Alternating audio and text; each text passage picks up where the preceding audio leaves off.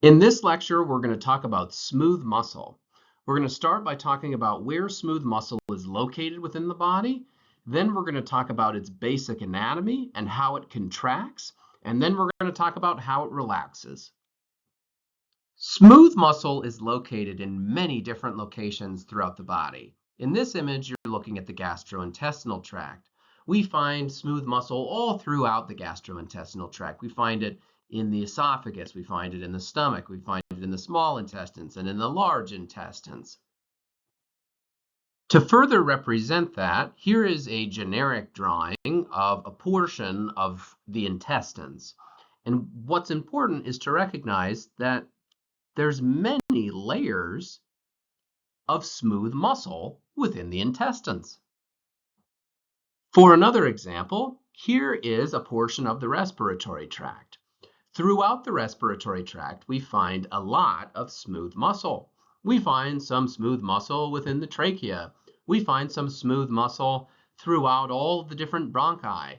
We find certainly lots of smooth muscle within the bronchioles.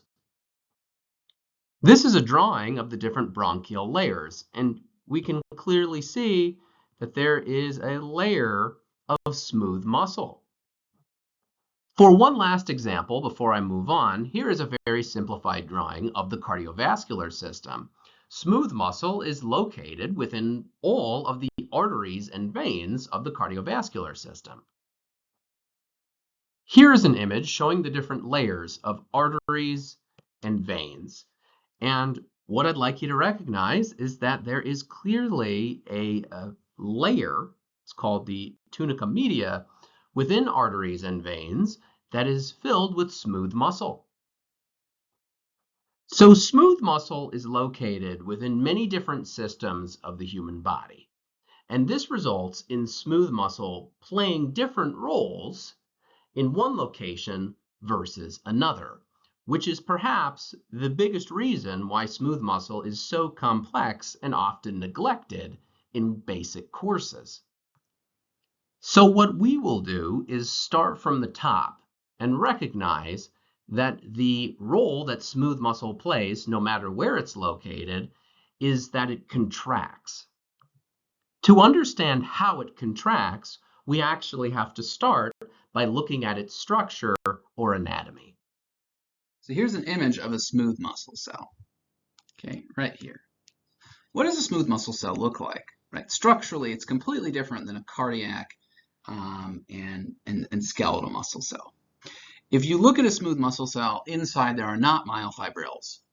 So there's no repeating segments of sarcomeres. There's no sarcomeres. Okay, smooth muscle cells are completely different. Basically, you have this cell, and this cell is essentially surrounded by what looks like a whole bunch of mesh. Okay, and all of this mesh can contract around the cell and essentially cause the cell to ball up like this. Have you ever seen, just one second. It's kind of like this. If you've ever seen one of these, like, in a trinket store or at the mall, you've got this net around this ball, this squishy ball that would be like the smooth muscle cell. And the net structure is actually going to be actin and myosin, as you'll see in a little bit. And if the net becomes taut, right, the squishy stuff, the ball actually in the center will start to bulge out of the net, and the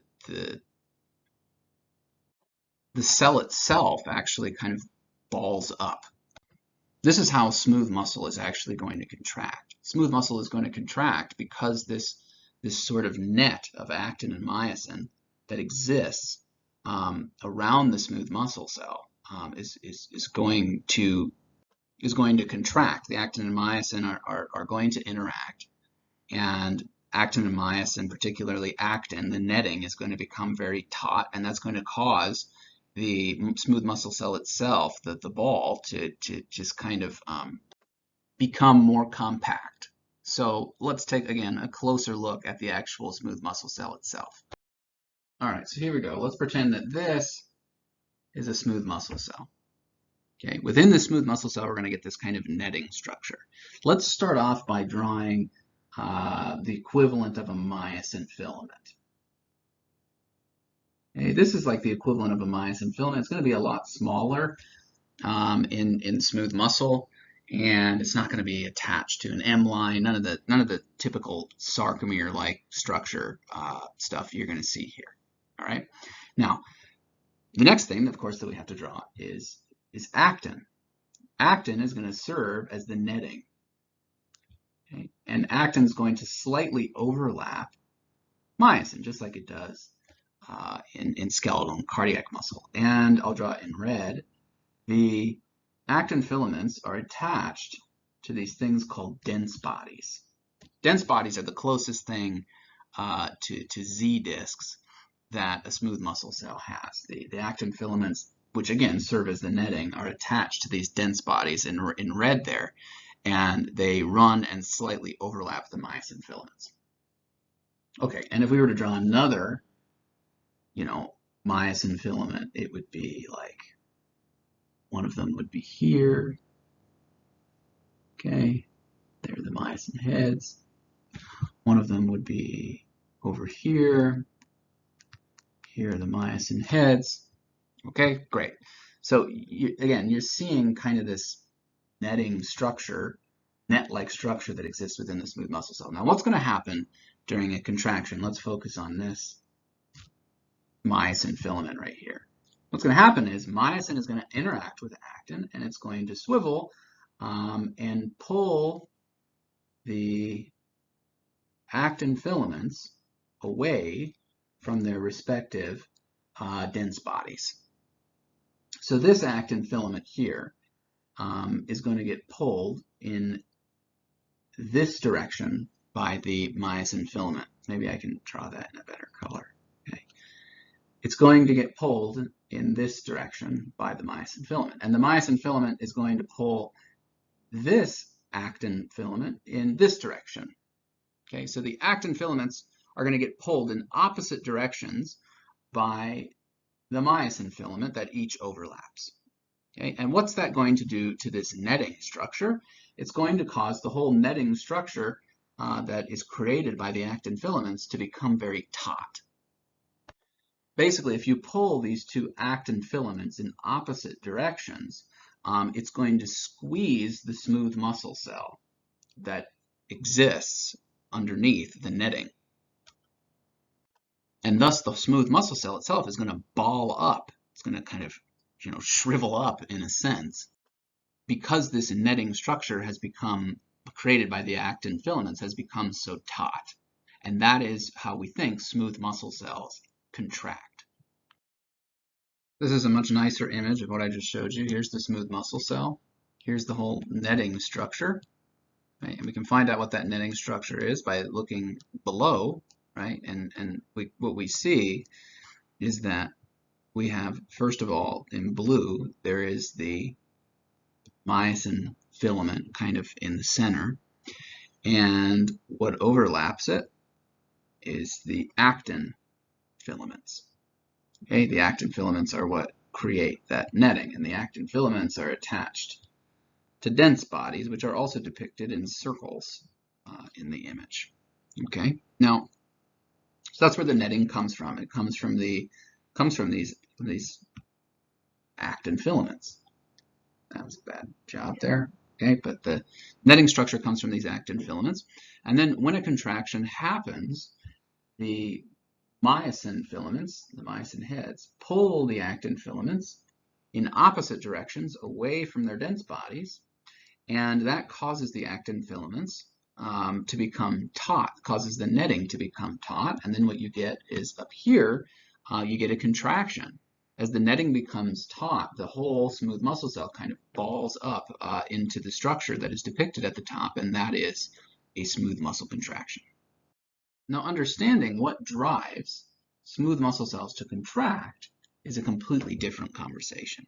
Okay, there's many, many different mechanisms by which smooth muscle cells can be driven to contract depending upon their location in the body. Okay, some of the ways that's, this is going to vary from one region of the body to the next, and sometimes smooth muscle cells have multiple different ways that they can be stimulated to contract. One of the ways, the one we're really not going to talk about much, this is much more so in the intestines, is some smooth muscle cells are actually like pacemaker cells, like the SA node. They kind of slowly depolarize over time with things like F-type channels and T-type channels. It's a much slower process than the SA node, but they kind of slowly depolarize to the point of actually voltage-gated calcium channels opening up. And then calcium spills in to the muscle cell, and that spilling in of calcium actually causes the contraction. Ultimately, what you're always going to need for a smooth muscle cell to contract is just like cardiac and skeletal muscle cells. You need calcium levels on the inside to elevate. Now, elevation of calcium causes contraction in smooth muscle for completely different reasons, but that's what you need. You need an elevation of calcium. So if a smooth muscle cell can slowly depolarize over time, just like the SA node or the AV node can, and then eventually that slow depolarization opens up voltage-gated calcium channels and calcium flows in, then that calcium could drive a contraction. Or that calcium could go over to the sarcoplasmic reticulum of the smooth muscle cell and cause calcium-induced calcium release. Right? That's another possibility. This happens sometimes. Additionally, smooth muscle cells, this is what we're really going to focus on, is smooth muscle cells can be targeted by the sympathetic nervous system. Like norepinephrine can bind to an adrenergic receptor on the smooth muscle cell. And then a G-protein pathway can actually cause the release of calcium from the sarcoplasmic reticulum.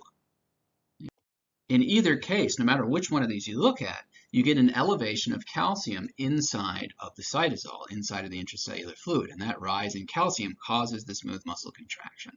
Now, the sympathetic activation pathway, that's the one that we're going to look at because it becomes the most important when you're talking about the blood vessels throughout the systemic circuit. And by that I mean the smooth muscle that lines your blood vessels, your arteries and your veins throughout the systemic circuit are heavily stimulated to contract through this pathway, through norepinephrine binding to the smooth muscle cells and triggering ultimately contraction. And actually, sometimes on the opposite, it can trigger relaxation if the adrenergic receptor actually is a different G-protein pathway. But again, I don't want to go off on a tangent, and we're focusing on contraction. And most of the smooth muscle that lines the vessels within the systemic circuit, when it's activated or stimulated by norepinephrine released by sympathetic neurons, it causes that smooth muscle to contract. Where you see reversal of that is actually in the pulmonary circuit. Some blood vessels have different types of adrenergic receptors that can actually cause the opposite to happen. So just to keep things as focused as possible on one single topic, which is very hard to do with smooth muscle, we are going to take a look at how smooth muscle, specifically within blood vessels of the systemic circuit, so smooth muscle within arteries and veins of the systemic circuit, how does that smooth muscle contract?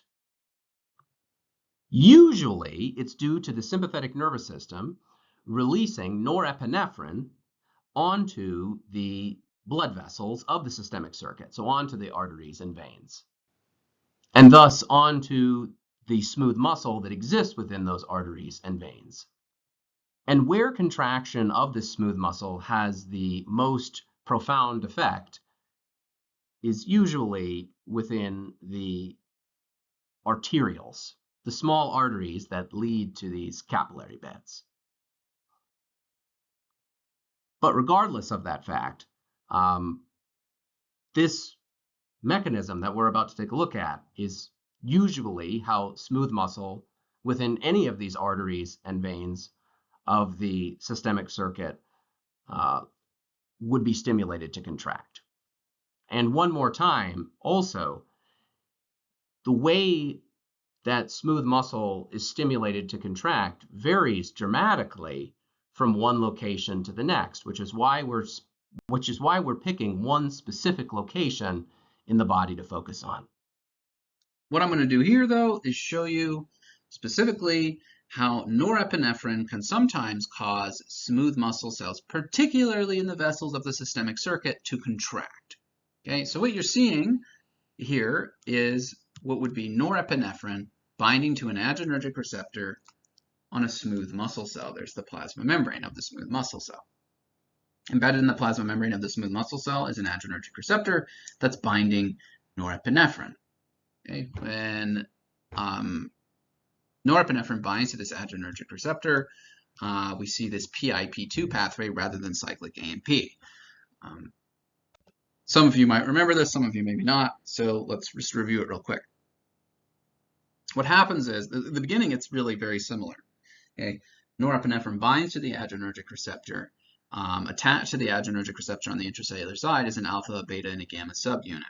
And what happens is, first of all, upon activation of the adrenergic receptor by norepinephrine, the alpha subunit swaps out GDP for GTP, dissociates from the beta and the gamma subunit, crawls along the intracellular side, and rather than activating adenylate cyclase, the alpha subunit activates what's called phospholipase C. Phospholipase C is, of course, an enzyme, and what it does is it takes PIP2 and it starts splitting and converting PIP2 into what's called IP3 and DAG. We're going to focus on IP3. What's going to happen is IP3 actually is what truly serves as the second messenger, and IP3 goes along and it goes over to the ryanodine receptor on the sarcoplasmic reticulum of the smooth muscle cell. And IP3 binds to the ryanodine receptor and causes it to open. And then what happens is calcium spills out, of course, of the ryanodine receptor. So what you're getting now is an elevation of calcium within the smooth muscle cell, thanks to activation of the adrenergic receptor on the smooth muscle cell by norepinephrine. Now, I told you elevations in calcium within the smooth muscle cell cause the smooth muscle cell to contract. And what we have to do is take a close look at why that's the case. But for now, I just want you to see how it's possible for the sympathetic nervous system to cause calcium levels to rise inside of smooth muscle cells. It's by activating a PIP2 G-protein pathway, which ultimately translates into IP3, opening ryanodine receptors and allowing calcium to spill out into the smooth muscle cell. So what happens next? There's calcium. You know, you've seen this before. Calcium can combine with calmodulin to form a calcium-calmodulin complex. And then what the calcium-calmodulin complex does inside of the smooth muscle cell is it goes over, binds to, and activates myosin light chain kinase. I've shown you this actually in cardiac muscle fibers. Okay, I've said in cardiac muscle fibers, myosin light chain kinase, well, I've actually shown this to you with both cardiac and skeletal muscle fibers.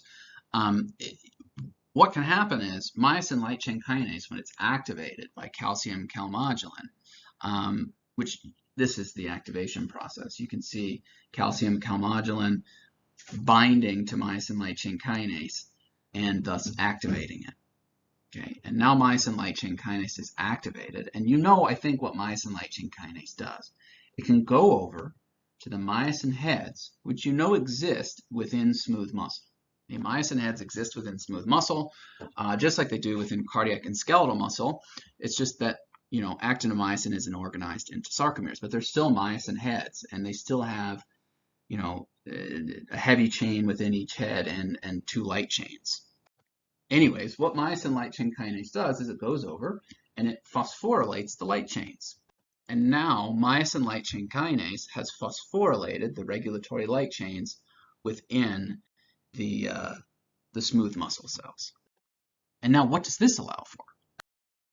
So this is a much more simplified diagram of what we went through. This is the G-protein coupled receptor that binds norepinephrine. Okay? Norepinephrine binds to this G-protein coupled receptor. This is an adrenergic receptor. If you follow the pathway downstream, you're going to get a rise in IP3. So norepinephrine binds to the adrenergic receptor, activates it. Downstream, we get a rise in IP3, which opens ryanodine receptors within the sarcoplasmic reticulum of the smooth muscle cell and allows calcium to spill out. Calcium combines with calmodulin to form a calcium calmodulin complex. Calcium calmodulin binds to myosin light chain kinase and activates it. And now what you're seeing is myosin light chain kinase going over to the myosin heads, specifically the regulatory light chains, and phosphorylating them.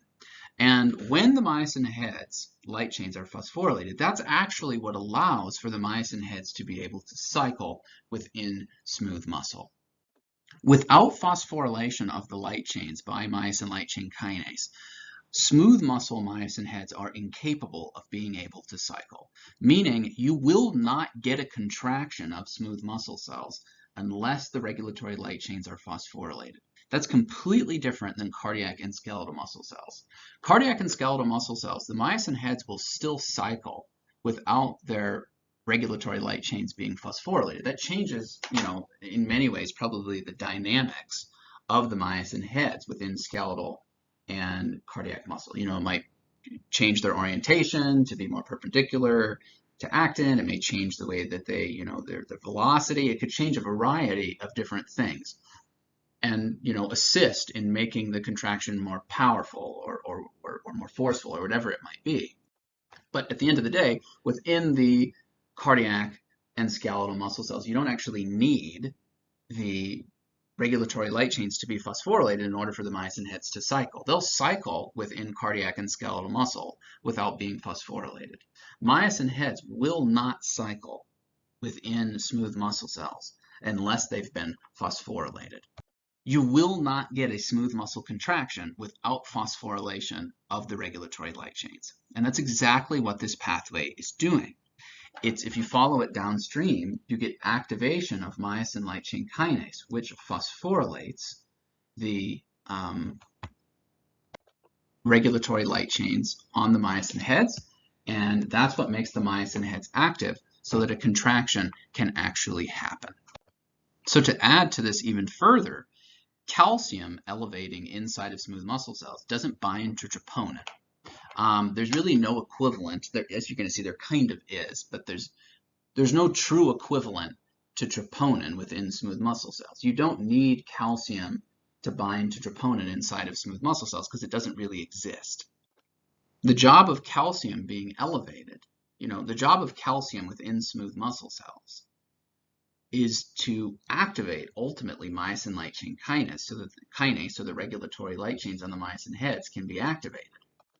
That's the function of the elevation of calcium within smooth muscle cells, completely different than cardiac or skeletal muscle cells. So just to recap, two major differences. Within smooth muscle cells, you need for the myosin head light chains to be phosphorylated in order for the myosin heads to be able to cycle. That's not true for skeletal and cardiac muscle. Additionally, calcium within smooth muscle cells plays the role of actually resulting in the phosphorylation of the regulatory light chains of the myosin heads so that the myosin heads can cycle. And calcium within cardiac and skeletal muscle cells plays the role of binding to troponin. So those are huge functional differences between smooth muscle cells compared to cardiac and skeletal. Now the role of these two proteins, what's called Caldesmon and Calponin, is not completely clear, but it looks like Caldesmon and Calponin are, if there is anything that's equivalent to troponin within smooth muscle cells, it would be Caldesmon and Calponin. And the belief is that Caldesmon and Calponin attach to the equivalence of tropomyosin. Okay, so essentially you need to activate Caldesmon and Calponin for a smooth muscle cell to be able to contract, because activation of Caldesmon and Calponin in theory would push tropomyosin off of the, myosin binding sites on actin. Okay, and again, I can't emphasize enough, this is not perfectly clear, and these two proteins are heavily debated. Okay, so how would these proteins, become activated? The belief is that calcium calmodulin, the complex, actually has to go over and first bind to either or calponin and caldesmon. And then once calcium calmodulin is bound to calponin and caldesmon, then myosin light chain kinase, which is also activated by calcium calmodulin, by the way, then myosin light chain kinase can come over and perhaps phosphorylate maybe calponin and caldesmon, and then that finally activates caldesmon and calponin, removing the inhibition by tropomyosin to the actin filaments, and then that allows for the myosin heads to be able to interact with actin. Again, the accuracy of this is not by any means clear, but at some point you might see discussion of the proteins Caldesmon and Calponin. They're pretty big proteins that are discussed within smooth muscle physiology. So at least you'll have an idea of what's being talked about if that comes up. So you might ask, how does relaxation happen? Well, if you want relaxation to occur, what you need is for the phosphate located on the regulatory light chains to be removed. You need the regulatory light chains to be dephosphorylated. And there's this other protein inside of smooth muscle cells called myosin light chain phosphatase, MLCP. And what myosin light chain phosphatase does, it's a phosphatase, it removes phosphates, is it goes over to the regulatory light chains, removes the phosphates, and thus prevents the myosin heads from being able to cycle anymore. Myosin light chain phosphatase levels are always elevated to some degree within smooth muscle cells. So what you need in order for a contraction to really happen is you need myosin light chain kinase levels to be greater than myosin light chain phosphatase levels. And that's exactly what happens when calcium levels elevate inside of a smooth muscle cell. What happens when calcium levels elevate inside of a smooth muscle cell is myosin light chain kinase levels are greater than myosin light chain phosphatase levels. And thus the myosin heads are more likely to be phosphorylated than dephosphorylated and a contraction happens. Now, why would smooth muscle cells relax? Well, what you need is calcium to be pumped back into the sarcoplasmic reticulum and back out of the cell through, combination of primary, secondary active transport. Circopumps will pump calcium back into the SR, obviously. And as more and more calcium gets pumped back into the SR, there's less calcium calmodulin and less activation of myosin light chain kinase. And there's greater activation of myosin light chain phosphatase than there is myosin light chain kinase now. And you're more likely to see the myosin heads dephosphorylated, and thus the muscle cell will relax. So the relaxation process is also quite different than cardiac and skeletal muscle cells. In cardiac and skeletal muscle cells, you need to remove calcium so that it's no longer bound to troponin.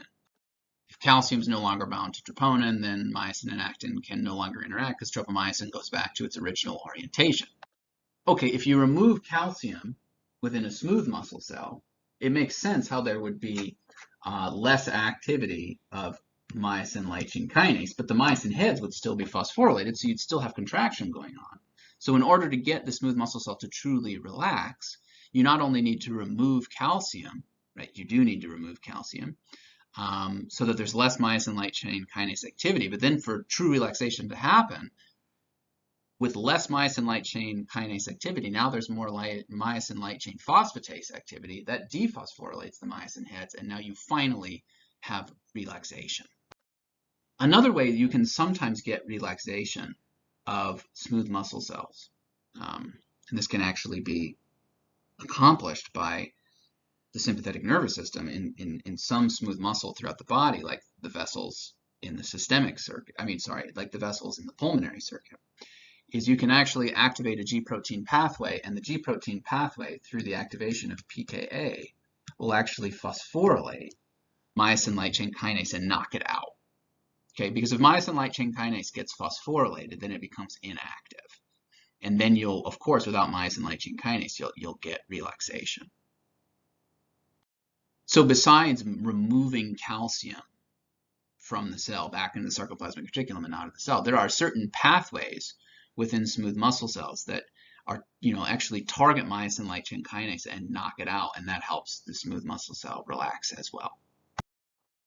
So ultimately, what we did with this lecture was we took a look at how the sympathetic nervous system would cause smooth muscle within systemic blood vessels, particularly arteries, to contract.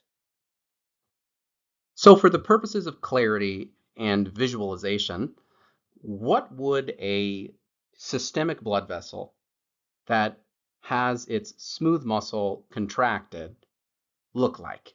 And again, this is thanks to the sympathetic nervous system. Here is what the blood vessel would look like to start. We can see within the blood vessel there is smooth muscle. And since that smooth muscle has contracted, the blood vessel will now look like this. What we say is the blood vessel is vasoconstricted. Again, this is what the sympathetic nervous system does to most of our systemic blood vessels, arteries and veins.